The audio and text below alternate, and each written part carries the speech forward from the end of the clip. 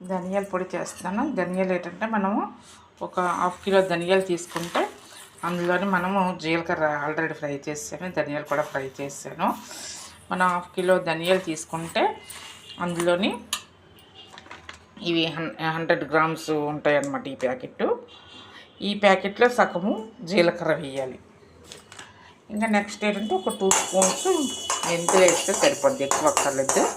మెంతులు ఒక 2 స్పూన్స్ ఇవి వేసుకుంటే మనకి అన్నీ ఫ్రై చేసుకోవాలి. ఈ ధనియాల పొడి ఏంటంటే మనకి చారులోకి, నెక్స్ట్ ఏంటంటే చారు చేసుకునేటప్పుడు చారులోని, లేకపోతే చేపల పులుసు చేసుకునేటప్పుడు చేపల పులుసు, అలాగే కాకరకాయ పులుసు, అలాంటి వాటిలో ఈ ధనియాల పొడి వేసుకుంటే చాలా టేస్టీగా వస్తుంది. చాలా టేస్టీగా ఉంటాయి అన్నమాట కర్రీస్. అందుకని ఈ ధనియాల పొడి చేపల పులుసులోని, తర్వాత మనం చికెన్ చేసుకునేటప్పుడు చికెన్